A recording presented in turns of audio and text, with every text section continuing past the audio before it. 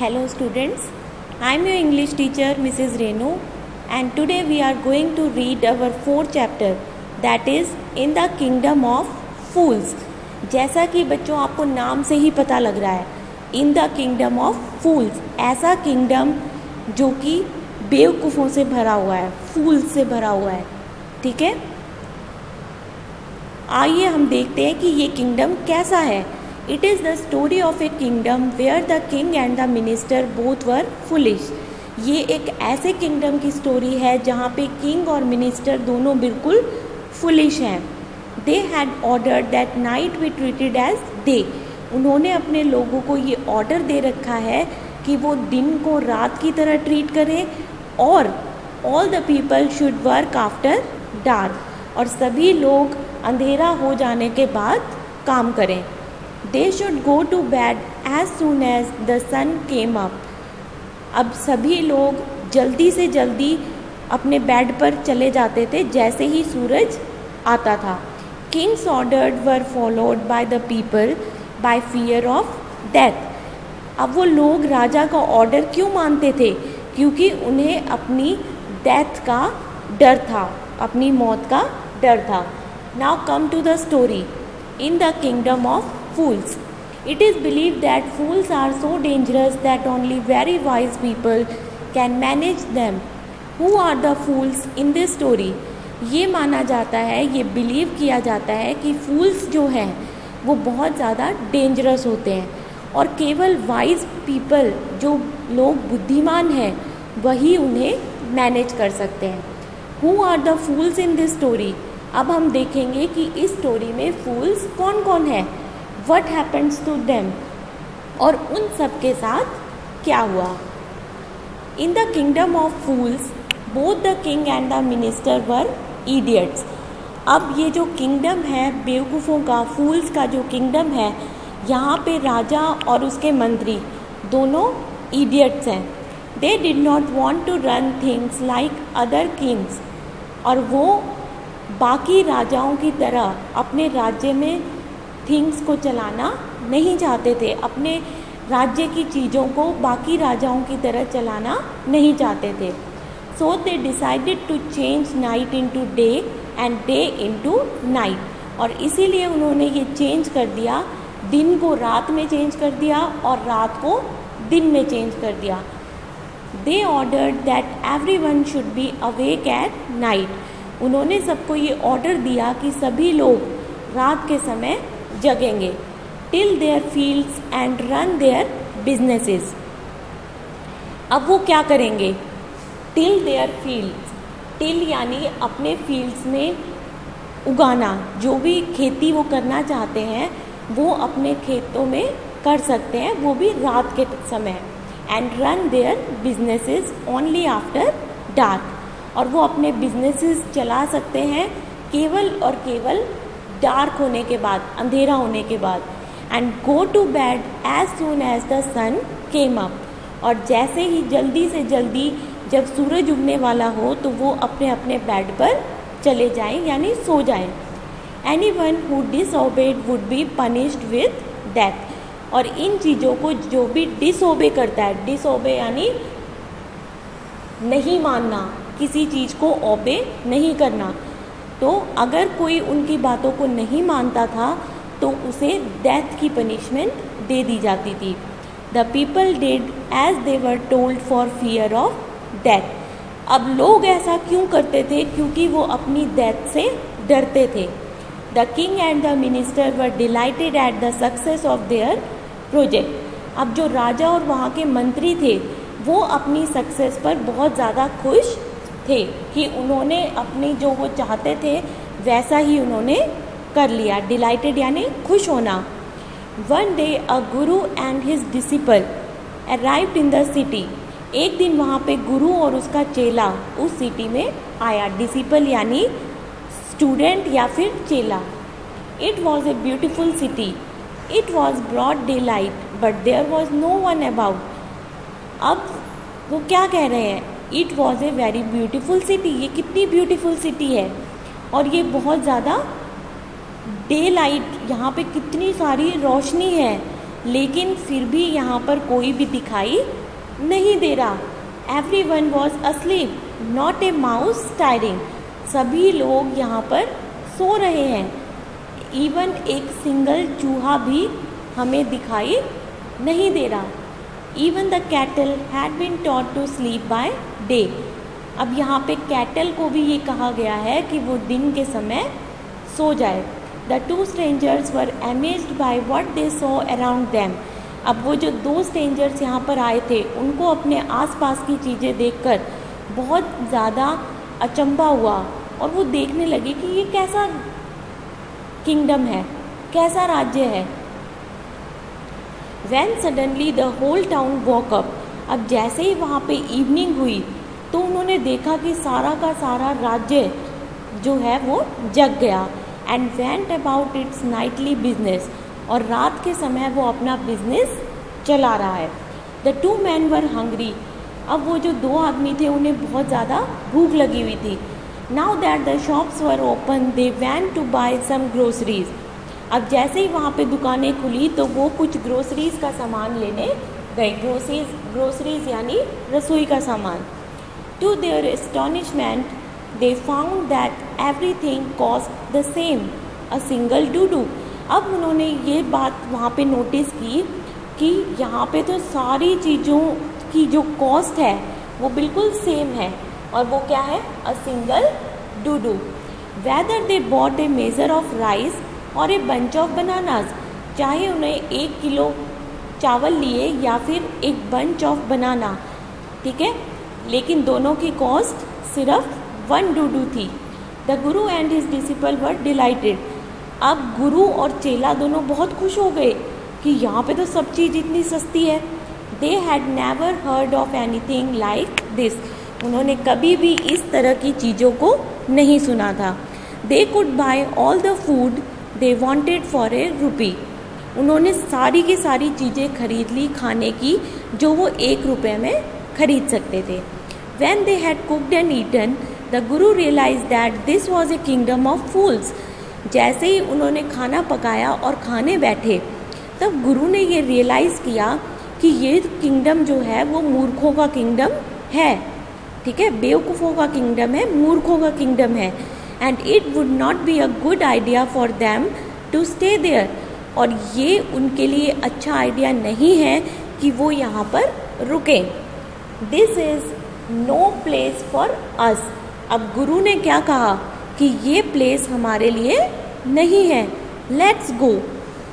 उसने अपने डिसिपल से कहा कि चलो ये जो प्लेस है ये हमारे लिए नहीं है।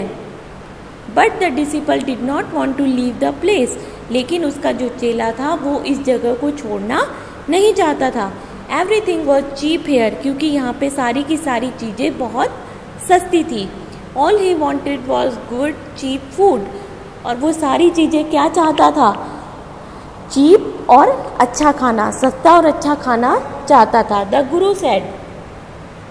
अब गुरु ने क्या कहा, they are all fools, this won't last very long and you can't tell what they will do to you next. अब वो उससे कह रहा है कि ये जो किंगडम है यहाँ पे सारे के सारे मूर्ख लोग हैं, मूर्खों का किंगडम है। This won't last very long, ये सब चीज़ें बहुत दिनों तक नहीं चलेंगी और तुम इस बात से नहीं जान पाओगे, तुम इस बात को नहीं समझ पाओगे कि ये तुम्हारे साथ अगली बार क्या करेंगे, तुम्हारे साथ इसके आगे क्या करेंगे। But the disciple wouldn't listen to the guru's wisdom. लेकिन चेले ने अपने गुरु की बात नहीं मानी। ही वॉन्टेड टू स्टे, और उसने वहाँ पर रुकने की सोच ली। The Guru finally gave up and said do what you want. अब गुरु ने फाइनली उससे कहा कि जो जैसा तुम चाहते हो वैसा करो। I am going and left, मैं तो यहाँ से जा रहा हूँ। The disciple stayed on ate his fill every day. Disciple जो है, जो चेला था, वो वहाँ पर रहता और रोजीना खूब सारे bananas, ghee, rice, wheat and Guru fat, और वो बहुत सारी चीज़ें खाया करता, बनानास, ठीक है, घी, राइस, व्हीट। और ये सब खाने के बाद वो कैसा हो गया, ही ग्रू फैट, वो बहुत ज़्यादा मोटा हो गया और कैसा दिखाई देने लगा, जैसे कि वो एक बुल हो। One bright day, a thief broke into a rich merchant's house. एक दिन क्या हुआ? One bright day, a thief broke into a rich merchant's house. एक दिन एक चोर आ गया मर्चेंट के घर में। एक बहुत बड़ा व्यापारी था, उसके घर में एक चोर घुस आया। He had made a hole in the wall and sneaked in. अब उसने क्या किया? उसके घर की दीवार में एक होल बनाया और उसके अंदर घुस गया। And he was carrying out his लूट, और उसने अपना बहुत सारा सामान जो उसे चाहिए था वो उसे ले गया। The walls of the old house collapsed on his head, और जब वो उस सामान को ले जाने लगा तो उस पुराने घर की जो दीवार थी वो उसके सिर के ऊपर आकर गिरी। ठीक है, कोलैप्स यानी टूटकर गिरना। And killed him on the spot, और वो चोर जो था वो ऑन द स्पॉट मर गया। His brother ran to the king and complain, अब उसका भाई दौड़ता हुआ राजा के पास गया और उसने ये कंप्लेन की, your highness, when your brother was pursuing his ancient trade a wall fell on him. अब वो कह रहा है कि राजा जी, जब मेरा भाई अपना काम करने के लिए गया था, परसुइंग मतलब अपना काम करना, कोई भी चीज़ करना, उसको हम कहते हैं परसुइंग। तो वो कहता है कि जब मेरा भाई अपना काम, अपना ट्रेड, अपना बिजनेस करने जा रहा था, तभी उसके ऊपर एक वॉल गिर गई और वो मर गया। This merchant is to blame, he should have built a good strong wall, और इसके लिए ये जो मर्चेंट है, ये जो व्यापारी है, ये जिम्मेवार है। इसको अपने घर की जो वॉल थी वो बहुत ज़्यादा अच्छी और स्ट्रॉन्ग बनानी चाहिए थी। You must punish the wrong door and compensate the family for this injustice. ठीक है, रॉन्ग डोर होता है किसी भी काम के लिए कोई इलीगल काम करना, ऐसा पर्सन, रॉन्ग डोर मीन्स ऐसा पर्सन जो कि इलीगल काम करता है। तो वो कहता है कि इस इलीगल काम के लिए इस मर्चेंट को सज़ा दो। The king said, justice will be done, हाँ, तुम्हारे साथ न्याय जरूर होगा। Don't worry, and at once summon the owner of the house, और एट वंस ही उसने उस हाउस के ऑनर को बुला लिया। When the merchant arrived, the king questioned him. जैसे ही वो व्यापारी आया तो किंग ने उससे क्वेश्चन किया, What's your name? Such and such, your highness. अब वो उससे पूछता है कि तुम्हारा क्या नाम है, तो वो अपना नाम बता देता है, such and such. Were you at home when the dead man burgled your house? तुम कहाँ पर थे जब ये मरा हुआ आदमी, जो ये डेड मैन था, ये तुम्हारे घर में घुसा। ठीक है, yes my lord, he Brock in and the wall was weak.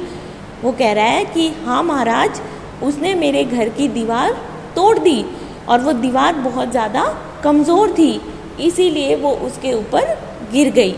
The accused plead guilty, अब जो एक्यूज था, एक्यूज्ड यानी वो पर्सन जो कि क्राइम में मिले हुए हैं, ऐसा पर्सन जो क्राइम में पार्टिसिपेट किया हुआ है, जिसने क्राइम में, प्लीड्स गिल्टी, अब उसने अपना गुनाह मान लिया। ठीक है, your wall killed this man's brother, इस आदमी ने तुम्हारे भाई को मार दिया, इस दीवार ने तुम्हारे भाई को मार दिया। You have murdered a man, और वो कह रहा है कि इस दीवार ने एक आदमी को मार दिया, उसका खून कर दिया। We have to punish you, अब वो कह रहा है कि हमें तुम्हें पनिशमेंट देनी पड़ेगी। किसको कह रहा है? व्यापारी को, कि तुम्हारी दीवार से एक आदमी का खून हो गया, इसलिए हमें तुम्हें पनिशमेंट देनी पड़ेगी। Lord said the helpless merchant, I did not put up the wall, it's really the fault of the man who built the wall. वो कह रहा है कि मैंने ये जो दीवार बनाई है ये मैंने नहीं बनाई, जो दीवार उसके ऊपर गिरी है उसमें मेरा कोई दोष नहीं है, उस आदमी का दोष है जिसने कि वो दीवार बनाई थी, जिसने वो वॉल बनाई है उस पर्सन का फॉल्ट है। You should punish him. तो वो कह रहा है कि तुम्हें तो उसको पनिशमेंट देनी चाहिए। अब राजा पूछ रहा है who is that? My lord this wall was built in my father's time. वो कह रहा है कि महाराज ये जो दीवार है ये मेरे पिताजी के टाइम की बनी हुई थी। I know the man, he is an old man now. मैं उस आदमी को जानता हूँ और वो अब बहुत ज़्यादा बूढ़ा हो चुका है। ही लीव्स नियर बाय, वो पास में ही रहता है। The king sent out messengers to bring in the bricklayer who had built the wall. अब राजा जो है अपने मैसेंजर्स को भेजता है और उस आदमी को बुला लेता है जिसने कि वो दीवार बनाई थी। They brought him tied hand and foot. अब वो उसको उसके हाथ पैर बांध कर ले आए। You there, did you build this man's wall in his father's time? क्या तुमने इस आदमी के घर की दीवारें बनाई थी? Yes my lord I did. अब वो कह रहा है कि हाँ महाराज मैंने ही बनाई थी। What kind of wall is this that you build? वो कह रहा है कि तुमने कैसी दीवार बनाई है? It has fallen on a poor man and killed him. वो कह रहा है कि वो जो दीवार तुमने बनाई थी वो एक गरीब आदमी के ऊपर गिर गई और उसे मार दिया। यू हैव मर्डर्ड हिम, तुमने उस आदमी का खून किया है। You have to punish, we have to punish you by death, और हमें तुम्हें मौत की सज़ा सुनानी पड़ेगी। Before the king could order the execution the poor bricklayer pleaded. अब जैसे ही राजा ने ये उसको फांसी की सज़ा सुनाई, एग्जीक्यूशन यानी मौत की सज़ा, तभी वो जो पुअर ब्रिकलेयर था वो बहुत ज़ोर ज़ोर से माफ़ी मांगने लगा, गिड़गिड़ाने लगा। प्लीडेड का मतलब गिड़गिड़ाना। Please listen to me before you give your orders. Please मेरी बात को सुनो अपना निर्णय सुनाने से पहले। It's true I build this wall and it was no good. वो कह रहा है कि हाँ ये बात सही है कि मैंने ये दीवार बनाई थी, लेकिन उसमें जो मटेरियल लगा था वो अच्छा मटेरियल नहीं था, और but that was because my mind was not on it. मैंने वो दीवार अच्छे से नहीं बनाई क्योंकि उस समय मेरा जो माइंड था वो वहाँ पर नहीं था। I remember very well a dancing girl who was going up and down that street all day with her anklet jingling। बोल रहा है कि मेरा माइंड जो है वो वहाँ पर नहीं था क्योंकि मुझे एक डांसिंग गर्ल याद आ रही थी जो उस गली में ऊपर नीचे पूरी जगह पे अपने पायल की जिंगल, एंकलेट जिंगलिंग मतलब पायल की साउंड, ठीक है। एंकलेट जिंगलिंग मतलब पायल की आवाज़। तो वो कह रहा है कि मैं उसके पायल की आवाज़ से बिल्कुल डिस्ट्रैक्ट हो गया था और इसलिए वो मैं वॉल अच्छी तरीके से नहीं बना पाया। And I couldn't keep my eyes on or my mind on the wall, और इसलिए मेरी आँखें और मेरा दिमाग उस दीवार पर नहीं था। You must get that dancing girl, I know where she lives. अब वो कह रहा है कि तुम्हें उस डांसिंग गर्ल को लेकर आना चाहिए और मैं ये जानता हूँ कि वो कहाँ पर रहती है। You are right, the case depends, we must look into it, it is not easy to जज सच कॉम्प्लिकेटेड केसेस। वो कह रहा है कि तुम सही कह रहे हो,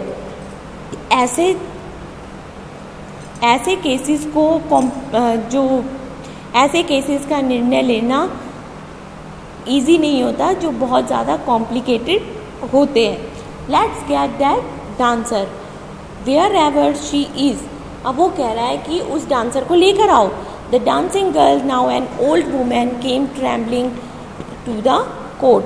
अब वो जो डांसिंग गर्ल थी वो बहुत ज़्यादा बूढ़ी हो चुकी थी, ठीक है, और वो लड़खड़ाते हुए, ट्रैम्बलिंग मतलब हिलते हिलते लड़खड़ाते हुए उस कोर्ट में आई। Did you walk up and down that street many years ago? क्या तुम उस गली में ऊपर नीचे काफ़ी साल पहले घूम रही थी? While this poor man was building A wall. क्या तुमने इसे देखा था? क्या तुम वहाँ पर घूम रही थी जब ये दीवार बना रहा था? Yes my lord, I remember it very well. वो कह रहे कि हाँ माई लॉर्ड, मुझे अच्छी तरीके से याद है। So you did walk M up and down with your anklet jingling.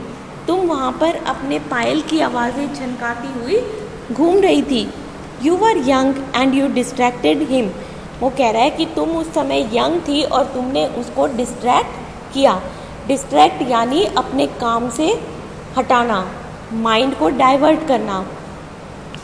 It has fallen on a poor burglar and killed him. You have killed an innocent man.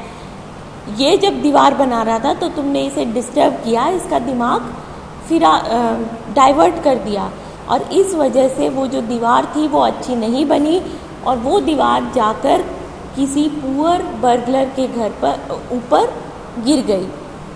तुमने उस इनोसेंट पर्सन को मारा है। She thought for a minute and said. अब उसने 1 minute के लिए सोचा और कहा, my lord wait, I know now why I was walking up and down that street. वो कह रहे कि मुझे याद आया कि मैं वहाँ पे ऊपर नीचे क्यों घूम रही थी। I had given some gold to the goldsmith. मैंने वहाँ पे सुनार को थोड़ा सा गोल्ड दिया था टू मेक सम ज्वेलरी, ताकि वो मेरे लिए कुछ ज्वेलरी बना सके। He was a lazy scoundrel. और वो बहुत ज़्यादा लेज़ी आदमी था। He made so many excuses, said he would give it now and he would give it then.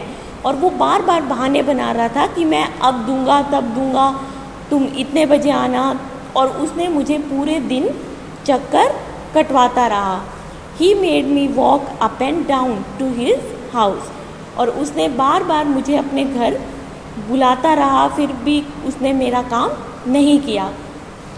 That was when his bricklayer saw me. और उसी समय इस ब्रिकलेयर ने मुझे देखा था। इट्स नॉट माई फॉल्ट, ये मेरा फॉल्ट नहीं है my lord, it's the damned goldsmith fault. ये जो फॉल्ट है ये किसका है? गोल्ड स्मिथ का, उस सुनार का फॉल्ट है। Poor thing, she is absolutely right thought the king. अब वो राजा ने सोचा कि हाँ ये बिल्कुल ठीक कह रही है, हमें एविडेंस का वेट करना चाहिए। एविडेंस यानी proof. We have got the real culprit at last. बोलते कि आखिर में हमें रियल कल्प्रिट मिल ही गया। कल्प्रिट यानी जो सही में गिल्टी हो, ठीक है, जो मुजरिम हो, उसको कहते हैं culprit. Get the goldsmith wherever he is hiding at once. The king's bailiffs search for the goldsmith. अब जो राजा के बैलिव्स थे, बैलिव्स यानी, बैलिव्स का मतलब होता है अ लॉ ऑफिसर, जो वहाँ पे कोर्ट के ऑफिसर्स थे, जो राजा के कोर्ट के ऑफिसर्स थे, वो उस गोल्ड स्मिथ की तलाश में इधर उधर चले गए। Who was heading in A corner of his shop. अब उन्होंने उसको कहाँ से पकड़ा? वो अपनी शॉप में एक कॉर्नर में छुपा हुआ था। When he heard the accusation against him. Accusation यानी, एक्यूजेशन का मतलब होता है कि अपने बारे में कोई फॉल्ट सुनना या स्टेटमेंट। एक्यूजेशन ऐसी स्टेटमेंट होती है जिसमें कि किसी को हम पनिश करते हैं। तो उसने जब अपने बारे में ये स्टेटमेंट सुनी, ठीक है, तो वो वहाँ पर आ गया अपनी स्टोरी बताने के लिए। My lord, he said, I am a poor goldsmith. मैं एक गरीब सा सुनार हूँ। It's true I made this dancer come many times to my door. I gave her excuses because I couldn't finish making her jewelry before I finished the rich merchant orders.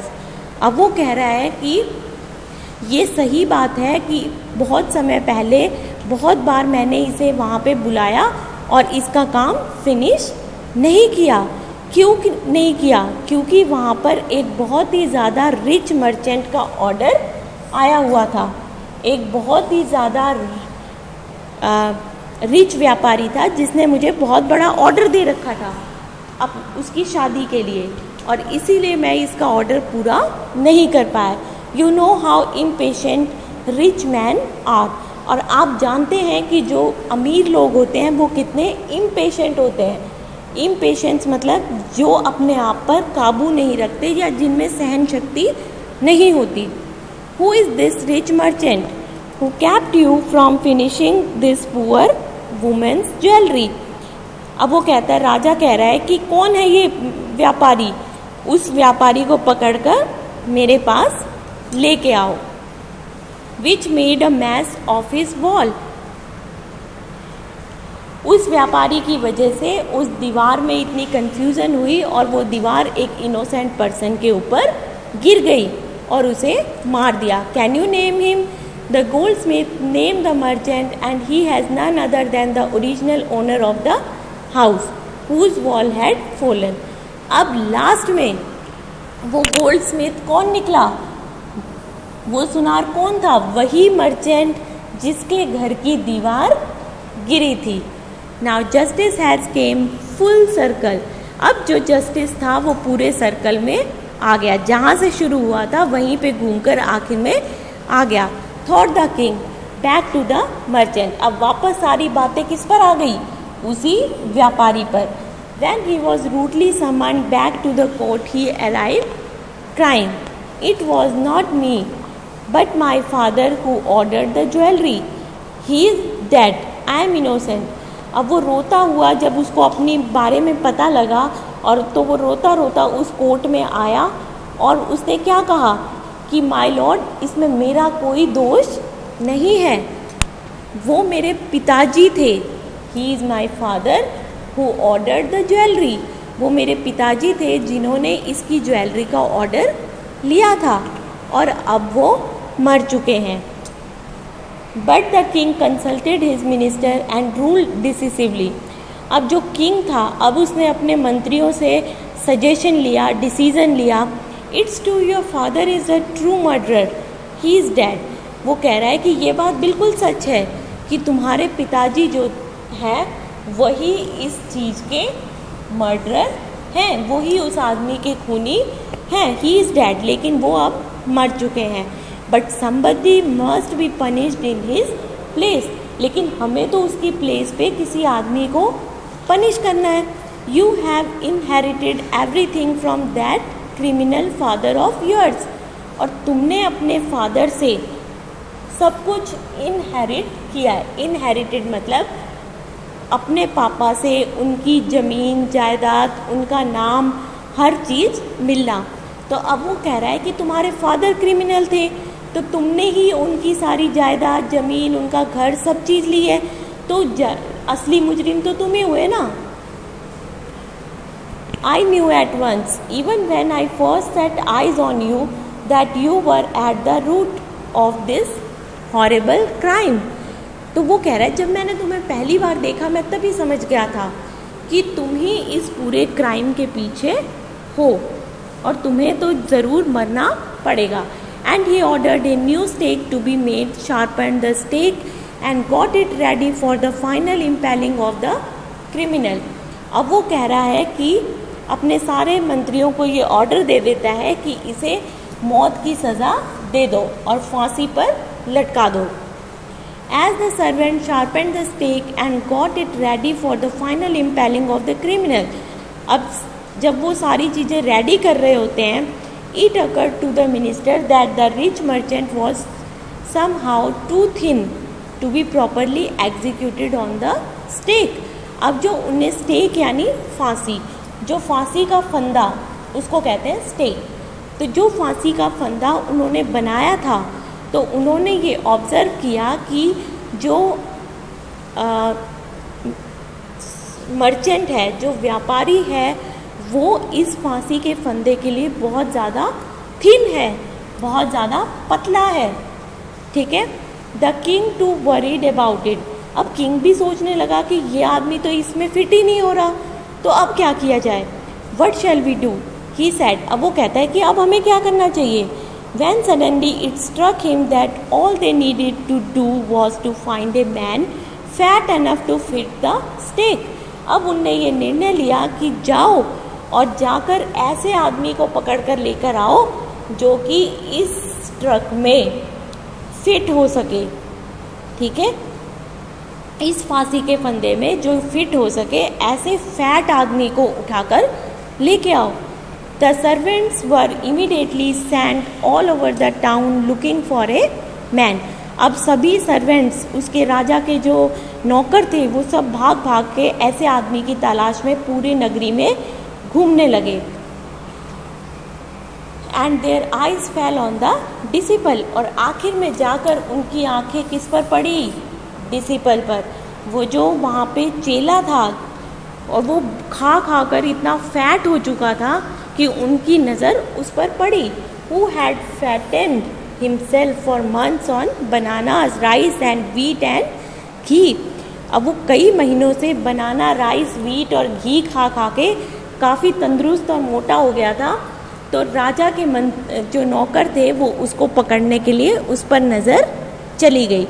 What have I done wrong, I am innocent.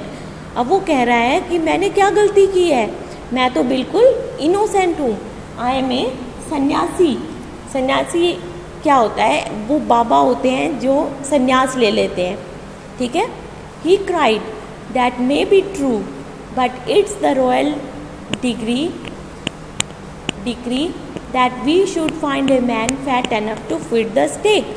वो कह रहा है कि तुम्हारी बात तो बिल्कुल सही है, लेकिन ये रॉयल ऑर्डर है, ये राजा का ऑर्डर है कि हमें ऐसे आदमी को पकड़ कर लाना है जो काफ़ी मोटा हो और जो हमारी फांसी के फंदे में फिट हो सके। They said and carried him. ये कहते हुए वो उसे एग्जीक्यूशन के प्लेस पर ले आए, फांसी की जगह पर ले आए। He remembered his wise guru words, this is a city of fool, you don't know what they will do next. अब उसको अपने गुरुजी की बातें याद आने लगी। क्या कहा था उसके गुरुजी ने कि ये जो सिटी है ये मूर्खों की सिटी है और तुम नहीं जानते कि ये इसके बाद तुम्हारे साथ क्या करने वाले हैं। While he was waiting for that, he prayed to his guru in his heart. अब जैसे ही वो अपनी मौत की वेट कर रहा था, उसे फांसी पर लटकाया जा रहा था, तब वो क्या कर रहा था? अपने गुरु को प्रे कर रहा था, ठीक है। Asking him to hear his cry whenever he was. उसके गुरु ने उससे कहा था कि जब भी तुम्हें कोई प्रॉब्लम हो तुम मुझे याद कर लेना। तो जैसे ही वो गुरु को याद करने लगा, the Guru saw everything in a vision, और उसके गुरु को वो सारी चीज़ें वहाँ पर दिखाई देने लगी। ही हैड मैजिक पावर्स, और उसके पास बहुत सारी मैजिक पावर्स थी। He could see far and he could see the future. उसे दूर की चीज़ें भी दिखाई देती थी और फ्यूचर की चीज़ें भी दिखाई देती थी। He could see the present and the past. वो सब चीज़ देख सकता था, प्रेजेंट भी, पास्ट भी, फ्यूचर भी। He arrived at once to save his disciple, और जैसे ही उसे ये सब दिखाई दिया तो वो अपने डिसिपल को, अपने चेले को बचाने के लिए वहाँ पर आ गया, ठीक है। As soon as he arrived, he scolded the disciple and told him something in a whisper. जैसे ही वो वहाँ पर पहुँचा, उसने अपने डिसिपल के कानों में कुछ खुसर फुसर कर कहा, ठीक है।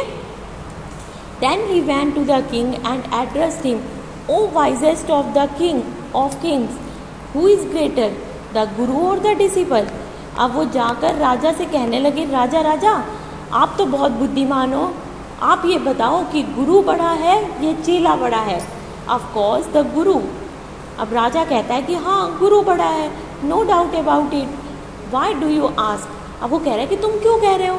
Then put me to the stake first. अब वो क्या कह रहा है कि पहले फांसी पर मुझे लटकाओ, ठीक है। Put my disciple to death after me, और मेरे बाद मेरे शिष्य को फांसी पर लटकाना। When the disciple heard this, he understood and began to clamor. अब वो जैसे ही उस चेले ने ये बातें सुनी तो वो सब कुछ समझ गया और वो वहाँ पर क्लेमर करने लगा, चिल्लाने लगा, मी फर्स्ट, मुझे पहले, मुझे पहले। You brought me here first, तुम मुझे यहाँ पर पहले लेकर आए थे, इसलिए पहले फांसी पर मुझे लटकाओ।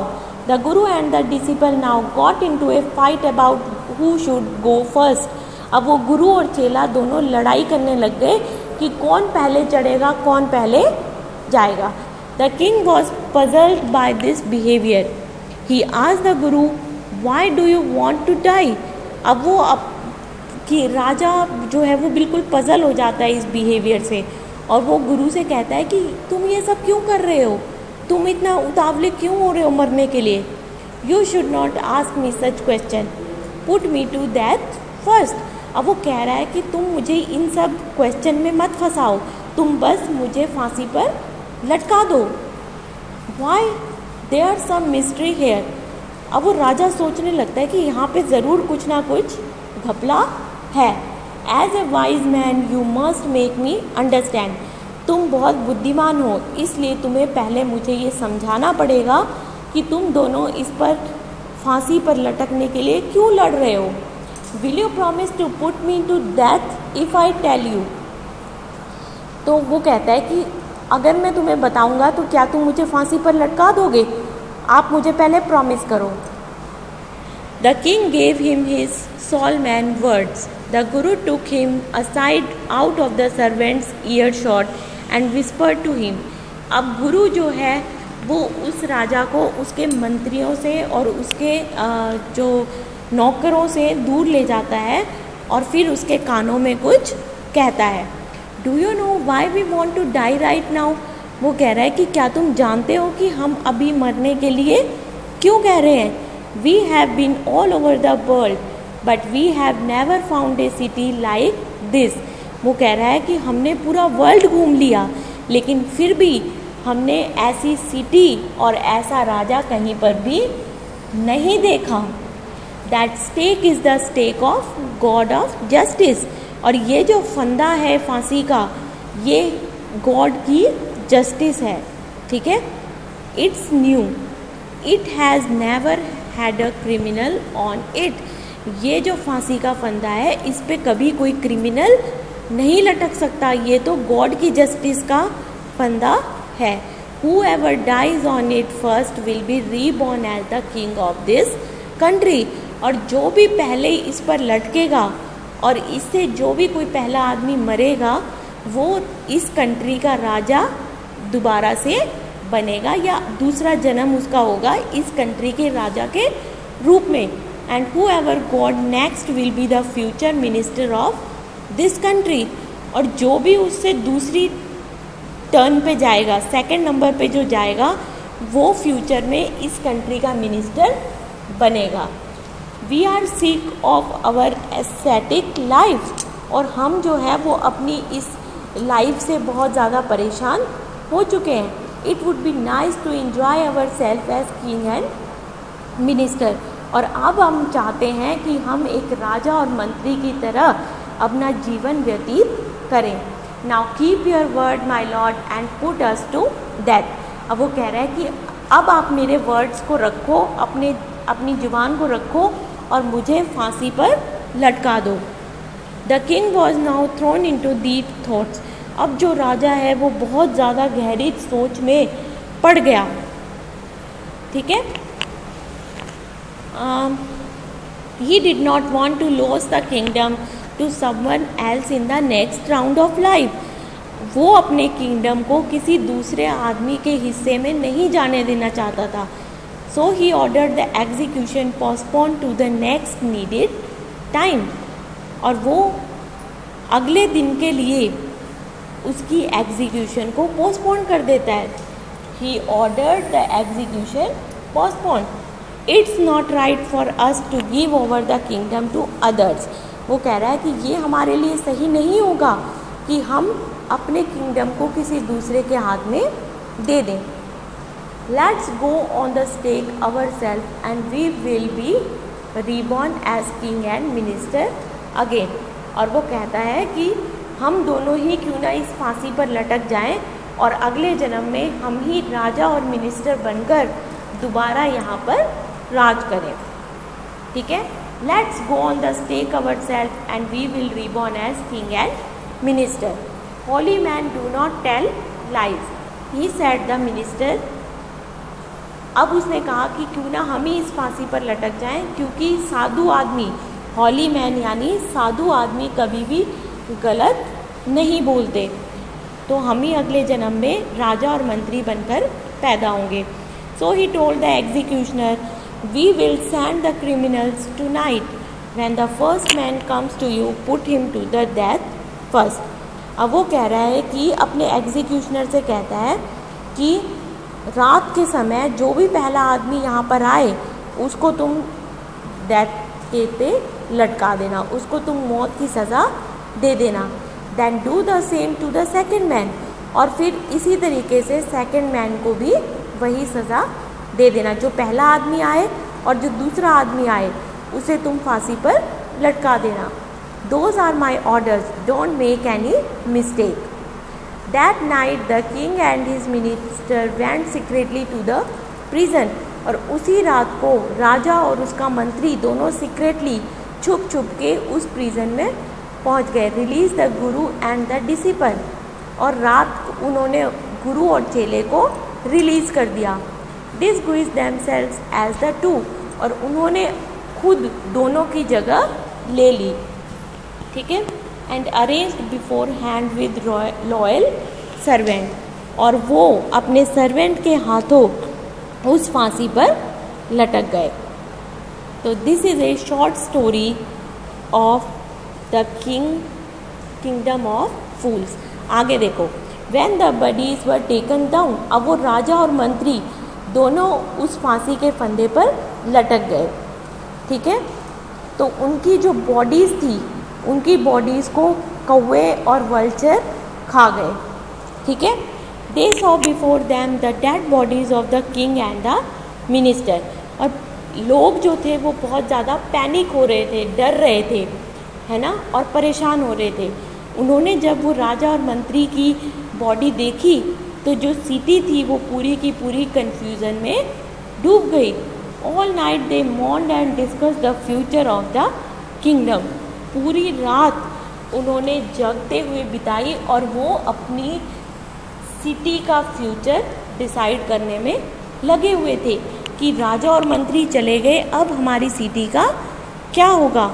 सम people suddenly thought of the guru and the disciple, अब कुछ लोगों ने अचानक ही, कुछ लोगों के दिमाग में गुरु और चेले का ख्याल आ गया। And caught up them as they were preparing to leave town unnoticed, और वो गुरु और चेला वहाँ से जाने की तैयारी कर रहे थे, तभी कुछ लोगों ने जाकर उन्हें पकड़ लिया। We people need a king and a minister, और उन्होंने कहा कि हमें एक राजा और एक मिनिस्टर की ज़रूरत है। Others agreed, they beg the guru and the disciple to be their king and their minister, और उन्होंने अपने राजा और मंत्री से ये, गुरु और चेले से ये दरख्वास्त की, उनसे ये विनती की कि तुम हमारे यहाँ के राजा और मिनिस्टर बन जाओ। It did not take many arguments to persuade the disciple, but it took longer to persuade the guru, ठीक है। वो ये आर्ग्यू करने लगे कि अब वो ये सोचने लगे कि वो डिसिपल को ले या फिर गुरु को। They finally agreed to rule the kingdom of the foolish king and the silly minister on the condition that they could change all the old laws. और बहुत देर तक वो गुरु चेला आपस में आर्ग्यू करते रहे, आपस में सजेशन करते रहे, डिसीज़न लेते रहे, और आखिर में उन्होंने फाइनली एग्री कर लिया कि वो इस किंगडम में राज करेंगे, इस कंडीशन पे कि वो यहाँ की सारी चीज़ों को चेंज कर देंगे, जो भी पुराने लॉज हैं यहाँ के वो चेंज कर देंगे। From then on night would again be night and day would again be day, और उस दिन के बाद वहाँ पे दिन जो है वो दिन होने लगा और रात जो है वो रात होने लगी, ठीक है। And you could get nothing for a डूडू, और वन डूडू में वहाँ पे अब कुछ भी नहीं मिलता। It became like any other place, और ये जो राज्य था ये भी बाकी राज्य की तरह हो गया था, ठीक है। ये हमारी छोटी सी स्टोरी थी, the kingdom of fools. in the kingdom of fools. I hope you all like this story. Thank you.